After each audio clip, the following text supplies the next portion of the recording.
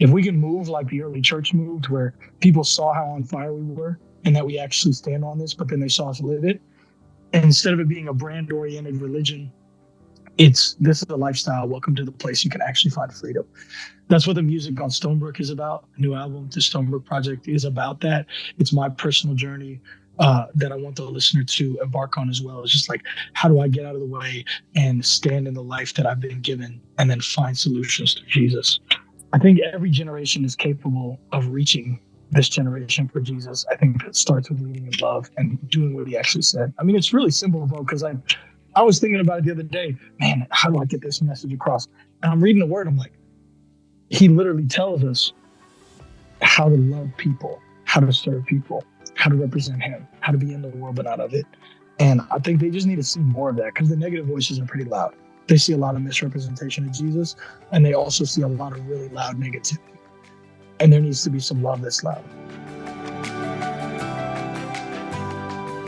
Welcome to episode 130 of the NRT Now podcast. I'm your host, Jake. And if this is your first time with us, just want to wish you a very warm welcome. Or if you've been with us for a while, just want to say thanks for spending some more time with us here. And if you haven't already, make sure that you are subscribed, following whatever that looks like on your favorite podcast platform, so you know when more episodes are coming out. So our guest for this episode is Zauntee, and he came out, just made a splash in the Christian hip-hop scene, or the CHH scene, when he was just 17 years old. And so, side story, I was at a Newsboys concert recently, and Michael Tate was talking to some of the kids, and he was saying, hey, you're our next generation, and just please take care of us, something to that effect. And man, just this is my first time being able to chat with Zauntee, and just listening to just how on fire he is for reaching his generation, the Gen Zers, the early 20-something. Man, it just really gives me hope for our future. It's just so incredible to hear his fire and his passion for reaching his generation for Jesus. So I'm excited to share this conversation with you. Without further ado, here's my conversation with Zauntee.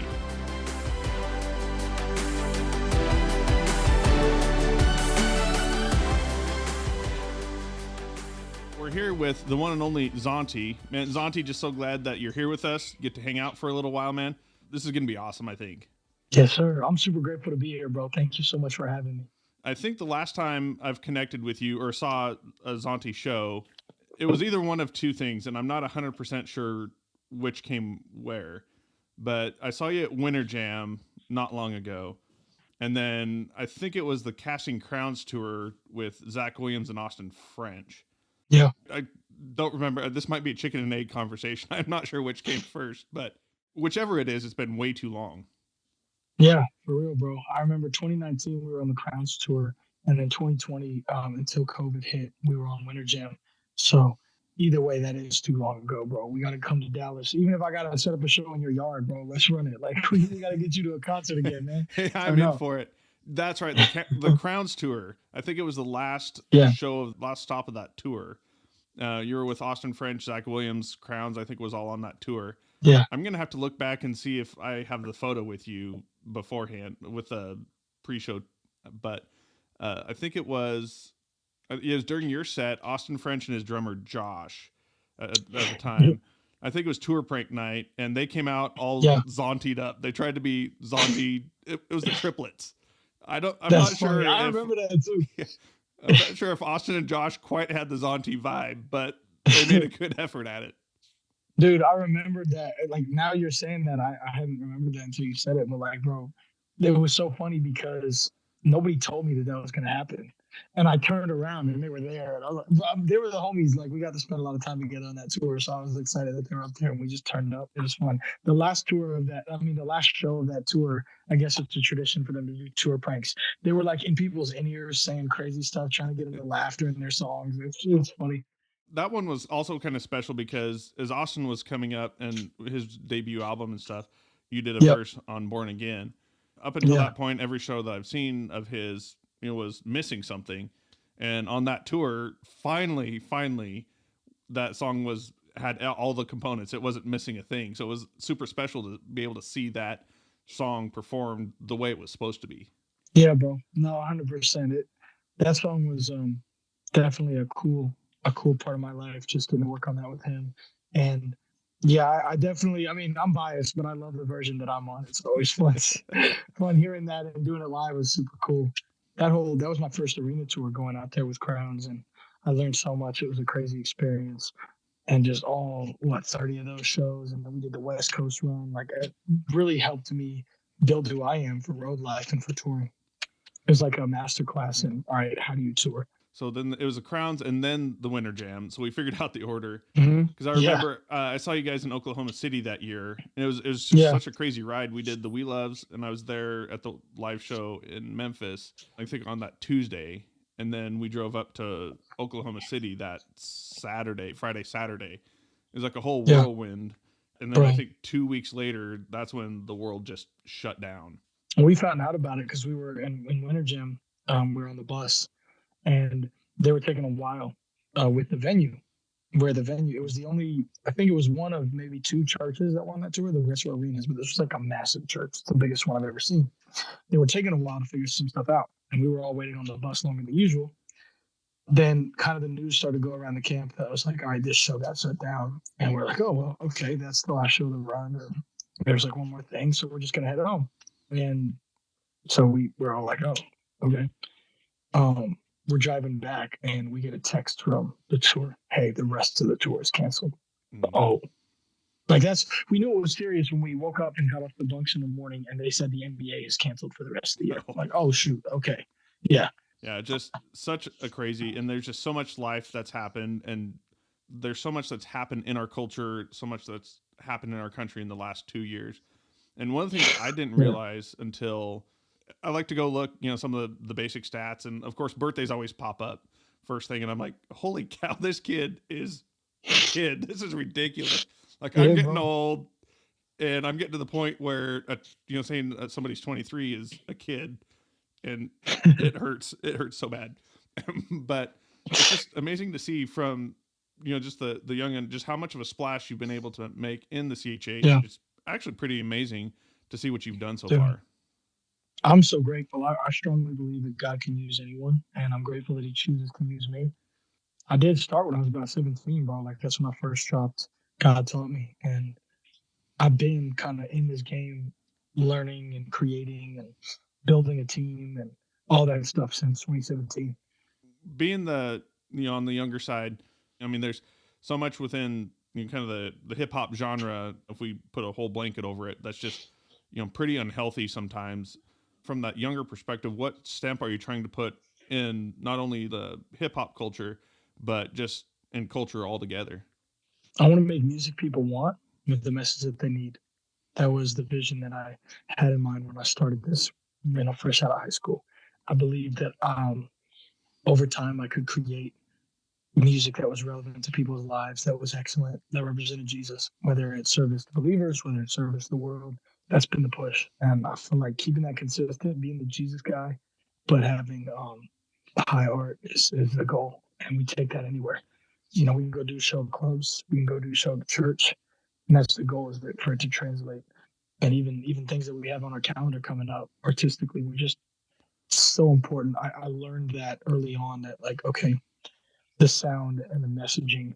People will listen to the messaging if you earn their trust with the sound and with the way that it looks and the way that it feels. And it's been a journey of figuring it out. I mean, I've worked with some teams. I went through a whole season where I was working with the team and the aesthetic and the look and the sound changed from what I felt like the vision was, but even that helped me value the creative direction and freedom I have now to make exactly what I feel called to make. And it's an evolution, always. It's a process. I love saying I make music people want with the message that they need, because that's never reached. You can always make more music and you can always get more creative and you can always reach more people. So it's fun because it's like until God says, all right, you're done, I'm going to keep creating in that vein. So pulling out the message that we need to hear kind of thread, I just want to hear a little bit more from your generation's kind of perspective. I mean, what is that message that needs to be heard? Bro, Gen Z needs Jesus. We're tired of people beating around the bush. We want movements to belong to, bro. That's the thing I've noticed. Our generation is it's more movement oriented than any other generation that I've seen recently. Like, the youth group strategy used to kind of be along the lines of, well, you got to have pizza and you got to have games. And like right now, we're actually I'm seeing more and more people get on fire for different movements. Belonging to something is essential. And the way that we bring Jesus, the reason why it's on my chest, I'm not trying to hide this message. Authenticity is culture currency. If I can be real and just say, look, this is what I believe, this is how it's going to help you, this is how you live a lifestyle, this is who I follow, I trust you to make that decision. And the people who want it will be the good soil where the seed, bears fruit. The people who need it. I feel like that boldness is gone a long way for us. I think that's the reason why we have such an engaged fan base, because people come here feeling like they can belong to something. It's not because of anything that I've done that, sets it apart. It's because of the presence of God and what we do due to us rallying to a cause. Our phrase that I say every show on, Instagram lives or whatever is the world will know the God we follow. Yep. That's inspired by Reinhard Bonnke saying Africa shall be saved. It's like, for me, it's like, we will get to the entire globe for this gospel by reaching the right people with this message. And I feel like that's what my generation needs. That's what they're looking for. That's, the music they want. That's easy. The artistic side is God led. It's throne room music. We're in his presence and we get the creativity. But the way that we give them what they need is being very clear and then actually living it, being authentic so that they can see. I have guys come up to me all the time who are like 14, 15 at these shows, and they're like, it's exciting for me to have somebody to watch live it out so that I feel like I can do it too. That's what I needed. And I didn't see any artists who were doing that at the time who felt like they were close to my age and I could relate to and were living the way I wanted to live for Jesus. So I'm being what younger me would have needed. Not to go like over political on this, but just to kind of set the stage here. I mean, we're recording this just after we went through an election cycle and all the junk that goes through all that kind of stuff. And I think one of the things that has been really prevalent, not only in the 2020 election cycle, this election cycle, but like just overall, what we've seen is just join our team. There's a lot more of belonging to something, join this team, be a part of this, just more that mentality than anything. And people long for movements, bro, that this society wants a movement to be a part of. Yep. And it's not always about the message and the ideas. It's just about finding that team. So not to pick sides, but I mean, we just see this totally amplified just as a recent example. So how do we do that with the Gen Zers? And I guess, maybe even from your perspective, even some of us old farts, how do we pull this? I know you're thinking it. I saw it, but no. But no, how do we kind of break out of that, and how do we pull people into the Jesus movement and to be a follower as opposed to just finding whatever club or place to belong to or ideology to belong to or whatever that is? I've been thinking about this a lot because it's kind of the core of what I do. I made a decision about a year ago that I don't want to just be an artist. I don't want to just put out music. I want to lead a movement through my life. I feel like the way that we reach this generation for Jesus is to live it. I think they're sick and tired of pastors who tell them what to do and then don't live the lifestyle, or some scandal or some hypocrisy that comes out. I think they're sick and tired of people who are judgment oriented, who are judgmental and hateful or standoffish, but then don't offer solutions. I think they're just as tired of a degenerate society that tells them that their depression is always going to be part of them, or that anxiety is permanent. Religion doesn't love us, but society doesn't love us either. Jesus loves us, and through us, the world needs to feel like people love them too. And that's where I've seen the most success in ministry. Anytime I've actually reached somebody, whether it's in my personal life or whether it's on a stage or whether it's at an event, is if I can just communicate the authentic love of God because of how I respond, how I act.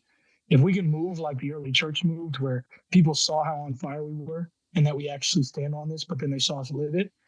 And instead of it being a brand-oriented religion, this is a lifestyle. Welcome to the place you can actually find freedom. That's what the music on Stonebrook is about. The new album, the Stonebrook Project, is about that. It's my personal journey that I want the listener to embark on as well. It's just like, how do I get out of the way and stand in the life that I've been given and then find solutions to Jesus? I think every generation is capable of reaching this generation for Jesus. I think it starts with leading in love and doing what he actually said. I mean, it's really simple, bro, because I was thinking about it the other day. Man, how do I get this message across? And I'm reading the word. I'm like, he literally tells us how to love people, how to serve people. how to represent him, how to be in the world but not of it. And I think they just need to see more of that because the negative voices are pretty loud. They see a lot of misrepresentation of Jesus, and they also see a lot of really loud negativity. And there needs to be some love that's loud. One of the questions that I've been pondering is you're talking about this, and I guess it's something that I haven't really thought about that I have been pondering is, as we're talking about being examples and as we're talking about living this life and all that, I mean, the part that crops up is that we're not perfect. And Yeah. there's always going to be junk that happens. There's always going to be hypocrisy. There's always going to be some things that happen there. And so how do we work through that? I mean, this is one of those tough questions that I don't know the answers to, and I think that has to be a journey of, how do we be imperfect, but still lead the example and allow for room for that, not only in the church and in the cancel culture as well. Yeah. I feel like we need to redefine sin as society. We need to tell people what it is. It's doing something that rewards you right away and hurts you in the long run. And if you think about it, that's what it really boils down to. God is not judging you because he wants to punish you for a power trip. He's telling you this rewards you right now, but I can see where it's going to hurt you in the future. He loves you desperately, right? And if I can help people understand that, it changes everything. Because when I tell people that, it's their whole, they're growing up, the whole perception is like, God just want to judge me, and I got to be perfect, and I don't want to be perfect, or this is so much part of my identity that I got to step away. No, God will meet you where you're at. You don't get right to go to him. You go to him to get right. Find Jesus and that relationship with him. Everything else will fall into place. He'll show you through his word and through conviction what needs to change. Like, I know people, testimonies, bro, like they get saved and they be praying over their weed before they smoke it until they got the conviction. You know what? I need to give this up. God loves that so much more than the Pharisee, right? Yeah. The tax collector who might not have it all figured out, but they've got the idea. Somebody like myself who grew up knowing who God is and knowing the power of the gospel, I really sometimes struggle with shame when I mess up. I'm like, man, I should have known better. I got to get better. I got to fix it. And a lot of people who are believers get into that place of, I'm not good enough and I deserve to like feel this because I should have known better. But even that, bro, you're saying Jesus' sacrifice wasn't enough? And I think the thing that I hate the most is when people who follow Jesus present Christianity like Jesus' sacrifice wasn't enough. Like people at the bottom of their brokenness and the most messed up that they can get is too far for God. That's garbage. That's not the case. Yeshua died on the cross for every single individual, no matter what lifestyle they live, no matter what they've done, no matter what they've been through, no matter what they struggle with. That desire for perfection comes from our human element. Like, that's not what God asks for. He just asks for closeness. All the other stuff falls into place afterwards. And I think that's something that we need to like demonstrate so that people can understand that it's, like you said, you don't have to be perfect. That's not the requirement to get close to God. Because otherwise you'll spend your whole life trying to like, I'll clean it up and then I'll talk to him tomorrow. I'll clean up and then, I'll get there. And then you never have a relationship with your Father in heaven because you're trying so hard to fix it when he's the one who's supposed to fix it. So, and you're talking about a lot of this theme comes through your new project here. And this was kind of like the central theme, the central thread. As you're going through the writing process and this recording process and all that, which one of these songs kind of came out of nowhere and kind of smacked you a little bit of like, hey, I need to pay a little bit more attention to this? Dude. Well, in life, Move Me was one of those. There's a song near the end of the album called Move Me. It's been my prayer. Move me out of the way. I'm lost in the pain I've been causing myself because I didn't want your help. But after all these years, even when I ran, you're still right here. Every time I cried, you dried my tears. I take my plans, put them in your hands. That's the chorus from that song. But that's my prayer before I go on stage, before I go into a podcast, before I go into an interview, before I start a conversation, before I start my day. It's like, all right, God, move me out of the way so that you can lead. I feel like the one that really caught my attention, there's two, Oxygen and Jesus Call My Name. I don't think I realized how much of an impact they were going to have with people. I knew they were like, oh, shoot, this song is powerful. This is big. But starting to see and hear and feel some of the responses from those two songs blows my mind. It's like, whoa, there are people who really need this music and they're really like, they're living life to it. It's funny. I had a homie of mine who, like I said, he's trying to get closer to God, but like you watch his Instagram story and he's got, like a bunch of drugs in one slide, right? And then the next slide is Jesus called my name. And he calls me, he's like, dude, I've watched this 5 times. I don't know what it is. I just love the way I feel when I hear this. And it's like, that's what we're supposed to be doing, bro, is bringing like Jesus to the world through this music in a way that they can understand, like, oh, there's something different. Like they should want what we have because of how we live it. I think those are the 2 songs that really like caught my attention. The intro, Let Your Fire Fall, though, that's my favorite one. Because at live concerts, when we play it, and there's a part where it's like, let your fire fall, you hear an audible, like, oh, shoot, like in the audience, like they feel it because it's like God's presence shows up and the beat comes in and it's hard. So I don't know, bro. I love the whole album. It's inspired me to keep creating more and more music, just creating that kind of music that's like authentic and it's not forced. And one of the things I love about Zauntee music is just the variety that's within a full album. I mean, you have some acoustic guitar here and there. You have, I think it was the previous album, if I can pull back to that just a little bit, or some previous singles that have that heavy rock guitar, almost like metal feel. And then you have your traditional CHH. I mean, it's like all over the place, and I love it. I just love the variety of sounds that go into Zauntee music. Oh, well, I mean, thank you, first of all. Second of all, I mean, that's something I was, I was thinking about with this album, because we've got like an Afrobeat song, we've got like a rock song, we've got like, more like hip hop stuff, of course. We've got worship and gospel stuff, like got some experimental stuff. And I think at first I was like, well, does it have to confine to one sound for the cohesive element? And I was like, well, why would I do that? What would be the reason? The only reason would be out of fear if like people wouldn't understand or they would like not be able to put it in a category. I was like, well, all this music is like, this is what happened naturally when I was in God's presence. Some people are going to hate it. Some people are going to love it. It's funny. You watch the reaction videos on YouTube and, there's some people who are like, yo, this is the best stuff I've ever heard. There's other people who are like, I don't get it. Why, it's like funny story. Cause you're talking about the variety of the music, right? There's this song called Rocks Cry Out on the album. That's like more rock meaning. It's one of the ones where I was like, I don't know, bro. Like there's a lot of people who are not going to get this, but it's not going to be the thing. And I'm at this show and I was going to cut it out of the set just because it'd been a long set. And I was like, man, like, let's just wrap up without doing that one. Cause I don't know if the audience will like get it. And I feel like the Holy Spirit was saying while I was on stage, like, ask that little kid who's known all the lyrics, ask him his favorite song in the front row. And so I was just like, hey bro, what's your favorite song? Rocks Cry Out. Okay. And we did it, but it's like, even in that moment, if this song on that album is only for that little dude, he came up to me after the show and I got it on video. It blows my mind. He's like, hey, Zauntee. It's like probably 9 years old. He's like, I follow Jesus because of you. Oh, man. That's what else do I need? That kicks you right in the feels right there. Right. Like I feel that even saying it. It's like, if that song was just for him and nobody else is going to resonate with it, nobody else is going to like it, but he was reached and then he lives a life following God, I did my job.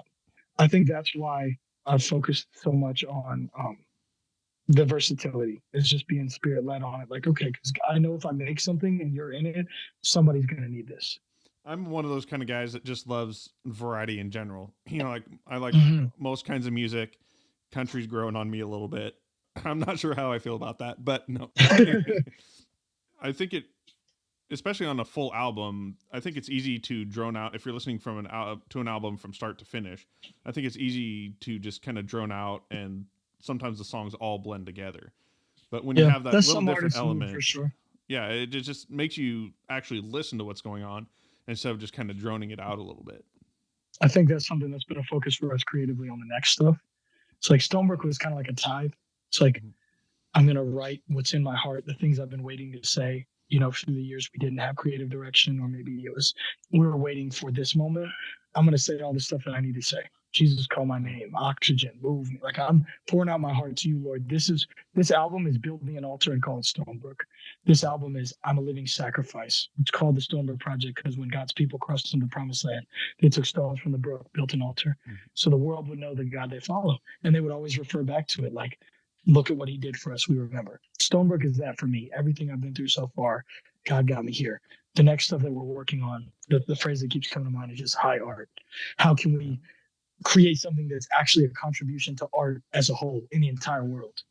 Like, how can we make something that's not just like, oh, that's dope in Christian hip hop or Christian music? Like, let's shatter genre. Let's shatter the perception of art to the rest of the human population. Make something that's worthy, of the vault of history. And that's very big to think about, especially in this space. But I really believe that if God is the source of creativity and he had the Israelites making this ornate temple to glorify him, and he had David at the forefront of music and culture, and, even the printing of the Bible has been like the world's most influential moments all center around him and the story he's telling with humanity. Yep.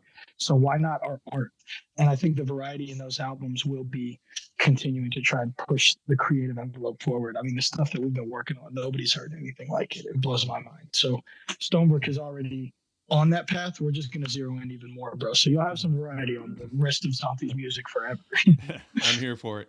And I know that you guys are like super busy with a whole bunch of stuff, video shoots, new music coming out. Man, tell us about some of the excitement that's coming out from a lot of this. You're talking about the biggest video shoot you guys have done so far. Yeah, we're literally, I'm flying to LA tonight. The day that we're filming this, I'm flying to LA. I'm going to be filming the video for Oxygen tomorrow. And it's the biggest video production we've ever done. So, I was on some calls earlier today, like talking to the stylist, talking to the director, talking to the behind the scenes guy. It's crazy to me. Like, my mind is kind of spinning right now because I've dreamed of being a part of stuff like this, but like actually getting to be the talent, the artist, like where they're referring to you, like, yeah, the talent's here, and he's gonna get here at this time. It's like, bro, like, this is me. I'm just the guy who was making songs in my bedroom. It's the same feeling you get when you walk out onto a stage in an arena. It's like, whoa, this doesn't even feel real. This is crazy. So I've been excited about this for a minute. The risks that we had to take, the vision that we had to cast to make this possible is crazy. And it's finally happening. That's the biggest thing that we're working on, because Oxygen is going to really have a strong push here for the single that the album has releasing with it. But I mean, I've also been excited on making a lot of music, connecting with a lot of people in the music industry. We've been staying in Atlanta for a couple of months, and God has done some crazy things out there. I love life, bro, because I try to encourage anybody who has a dream. Like, I get to live out what I wanted to live out. And that proves, like, when I got out of the way and started asking God for his will, I'm living my dream life. And it's far from perfect, bro. There's a lot of struggle. There's a lot of sacrifice. There's a lot of risk. But if God can use me, I promise he can use you. Because there was seasons, years at a time, I'm like, God, why do you still have me here? I'm tired of waiting. And like, have you forgotten about your promises? My real name is Zechariah, and it means God remembers. He never forgets what he promised you. So my encouragement, like you're talking about, you stay busy and you got stuff on the horizon. There was a time frame for years at a time where I had nothing. I'm just working regular life, hoping, oh man, I hope this music does something. I hope we can get some kind of momentum. I pray somebody would listen. So let that be an encouragement to anybody listening, that like, if God has given you a calling or a dream, it could start when you're 65, but he still will fulfill it if you continue to trust him. The only way you miss out on your calling is if you give up on having faith. But if it's meant to happen, and if it's his will, it will happen. And I'm living proof of that. Yeah. And what you're saying with that, some of the like, how the heck am I here kind of the stuff. I mean, that's resonated with me a little bit. Like, you get yourself into a spot just by a simple yes, or like, I don't know if I should do this, or, I kind of have this inkling, should I step in or should I not, or whatever. And then all of a sudden you're wherever you're at and you're just like, oh man, I'm doing this. Like, why am I here? I should have no business being here. And it's some of the most powerful feelings, just especially when you don't feel qualified or you don't feel like you should be somewhere, but you said that yes somewhere, or you just followed that feeling, or sometimes God's nudge comes as a feeling, or whatever that looks like. You just say that yes, and then all of a sudden you're somewhere where you can't believe, and it's just an incredible feeling to be in that place that God 100%. led you to. 100%. Yeah, I mean, I recently had one of those, like, The Chosen film's just down the road from me here. Like 15 minutes from my house. Bro, that show is amazing, bro. Isn't it, though? I love it. And so I got the opportunity. They built the whole film campus. They built the whole, like a first century replica. And I got to go out there for the feeding of the 5,000 when they were filming that. No, I'm not in it, so I didn't get to be an extra. but they also, not long ago, they just cut the ribbon for the facility and did like an opening and dedication and all that kind of stuff. And, just being able to be there and see and just hear from these people who are making a movement, just being able to be one of the few press people that were invited for that and all that. I'm like, it's like what you're saying is like, how am I here? I have no business being here, but being thankful to be a part of this and, to just help push and just tell the story that the Chosen is getting to tell. I mean, it's just without a couple of just yeses or just stepping out in faith kind of thing. Like, it's just incredible to be in some of these moments. It's not ornate. It's not like huge deals, but sometimes it's just that little itty bitty yes that opens a whole ton of doors. Bro, I'm telling you this, man. It's like, first of all, congratulations. But second of all, it's like I try to encourage people, like, God is big enough where if you can trust him, he'll put you in the places you're supposed to be in. Yep. Like what you're talking about, you couldn't have strategized that and made it happen without his guidance. Like, you couldn't have, like, all right, this is what I'm going to do, and these are all the little things that I'm going to make possible for that to be the case. That happens with me all the time. I look up and I'm in a room with so-and-so, and I'm like, what? Like, I don't know. I still see myself as like a regular, like a music fan. I'm just that kid that was making music because I loved it and I wanted to reach somebody. I wanted to be the artist younger me was looking for. And so being in these moments where I'm like, like tomorrow I'll be sitting in a director's chair, with this insane video setup, and it's going to hit me like, wow, like, bro, I used to work, all week and then make music when I had the free time. I used to do the shows with 5 people.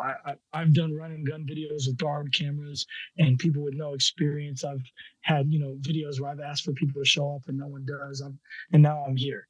And it's my vision. I'm directing what the Lord put in my heart. I'm working with world-class individuals who are saved and want to bring the experience they brought from mainstream into the Christian space to glorify our Savior. It blows my mind, bro. Like, if God wants it to happen, he can open doors nobody can shut. So just have the courage to let go and trust him. So as we start winding up this episode here, you're talking about just being a music fan, and still having that mindset. Who is your, like, oh my gosh, I'm doing this, like, ultimate fandom? Who's that artist for you? Yeah. Are you talking about that I've met or that I want to meet? Both. Yeah. I feel like it's funny too, because my brain, I'm very, like, I like organizing things into lists and, like, I can tell you my top 25 favorite movies right now. Like, like I'd have to pull up the list and check, but like I know my top 5s in a lot of areas. So I feel like for me, I got inspired by different artists at different times, right? Like different eras. Like if I had to organize it, it'd be like Toby Mac, then Skillet, then Switchfoot. After that, it was just like Christian hip hop as a whole. And then probably XXXTentacion and Uzi and those guys. And then like since, I'm trying to remember what year, but then since then it's been Kanye. And I feel like he's the greatest artist, like of all time, in my opinion. When you watch what he's done, I believe that God is going to line us up eventually to work on some things, and I'll be able to continue to encourage him. Like, hey, this is how we live out following Jesus and making art like that. I believe I'm going to work with him someday. But that's the list. And it's funny because all of those people I've never really gotten to meet. I've been around. I've gotten to meet incredible. Okay, there's a lot of people that I've been inspired by, though, that I've gotten to meet. Like Mark Hall, that was crazy. It didn't feel real. And we got to hang out, casting crowns. Because I grew up on Christian music, bro. Like I was a pastor's kid and I was always around this. I feel like God handshaped me for this space because I can appreciate it. I don't have I have a love for it. When we were at the Dove Awards, getting to see Stephen Curtis Chapman perform and Toby perform and, Chris Tomlin and guys like that. And, I love gospel music. I've gotten to meet some of those artists like, meeting Jonathan McReynolds or Kalante Gavin. Tauren Wells is probably the nicest artist I've ever met. He's awesome, bro. I loved Royal Taylor stuff, and then I was always a Tauren fan as well. He's incredible. The first time I got to meet him, he asked to take a picture with me. It blew my mind, bro. Honestly, I learned from that how to treat other people as an artist. Like I've never forgotten that, because now anytime there's somebody who's opening for me, it was that show and I was opening up for him and for Crowns. anytime somebody's opening for me, I always treat them with like this respect of like, I'm a fan of you. I'm honored to share a stage with you, because the way that he made me feel is just some opener, you know? That's So, awesome. That sounds like Tauren. I mean, bro, he literally was like, "Hey, man, can I get your number? Could you make sure that you come back? I want to take a picture with you." And I was like, "Bro, what?" Like, I'm used to, the music industry. There's a lot of politics, and there's like a lot of people who are very aloof. So seeing guys like him and Mark Hall who are like for the people and just really Jesus like is cool. There's probably artists that I'm not thinking off the top of my head that I've met where it's like in Christian hip hop, for example, I got to like hanging out with guys like KB, and getting to be around what he does and learn from him is crazy. Getting to meet all those artists, and then even the OG guys like The Truth and The Ambassador and Flame, like hanging out with them and just like grabbing food and talking and being backstage. It's like me and my bro I Project, who's the producer who worked on most of this album with me. We were at these moments where we're hanging out with these guys, and it's like, bro, we grew up on this. This is crazy. And we're hanging out with them and they're treating us like we're one of them. It's like, bro, we're not. We're fans. Like, So anytime I'm around Christian music, in general, I think God did that on purpose because, I value it, but I also believe it could go so much further than it's even going now. And I believe that I could play a role in helping the next wave of Christian artists see even bigger and how we can push the message of Jesus through this music. I know that's a long answer, but I genuinely I'm a fan. No, I love it. And I love having that perspective, because it helps me create better. Yeah. Well, I have a Mark Hall story, and I want to see if this lines up with your experiences. So way back, I want to say it's been 10, 12 years ago now. It has to be more than 10 years ago. Anyway, they were in town at the smaller town that I was living at the time. A buddy of mine was a runner for the tour. And so catch up at the mall. For some reason, I was at the mall grabbing lunch or whatever. So running in, just talking with him. He's like, "Hey, do you want to meet Mark?" I was like, "Sure," whatever. And so just keep chatting. Yeah. I mean, he does this a couple times through this all. And I'm like, what the heck is with this Mark deal? Like, I'm sitting there thinking, like, why do you want me to meet Mark so bad? Like, who is this guy? And realize that he's running for the show. He's like, "No, Mark Hall from Casting Crowns." You're like, "Oh, shoot." Finally clicked. I mean, and so what happened was it was a October day in the middle of Wyoming, so the seasons changed like nothing there, and so it turned cold. They're all from Georgia, so they had to go get coats for the crew and stuff to keep warm, and so he's just sitting there chilling, just like any other dude, just sitting in the store. Like if he wouldn't have been saying like, "Hey, you need to meet Mark," or "Do you want to meet Mark?" I would have never known that was Mark from Casting Crowns. Like that switch wouldn't have clicked. But that's cool. He had this whole thing about like, you've got to meet Mark. And look, bro, I'll tell you this. Mark Hall is probably the best example that I've ever had that I learned from how to treat people as an artist who actually has a platform. Because like when I was out on tour with them, I had fans, but like I didn't have the platform I have today. And Mark is so much further along. And I mean, dude, he's shaped so much of Christian music. His humility is incredible. I saw him walk into catering, and where the smaller artists or even other people in the room are always like kind of doing this, looking around for like who they could network with or who's, the big person, or, there's some artists I've seen who are more like kind of reserved and clicked off, like, "Oh, you're not good enough to talk to me" energy. He was like, who's taking out the garbage? Who's the catering person? Who's security for the night? And he's finding these people, and just like, I saw this one, it was really cool, dude. This one security guard, I didn't even get his name, but I'll just never forget his energy. He and I were talking because I've been learning from Mark, like, make time for the people who make this possible. And so I was just talking to him. He was so excited, bro. Like literally, like couldn't control how excited he was. He was like, "Mark Hall came up to me earlier, man, and I listened to all their music, and he hung out with me. He asked me questions. We took a picture." Like he was so excited. But it's like he said, I've done events for like 20 years, and the headliner came over to me and talked to me. That never happens. Because like he's working security backstage at the show. He's been here for decades. He's worked this venue, and he's the headliner, the guy who's on stage in front of the 30,000 at the end of the night.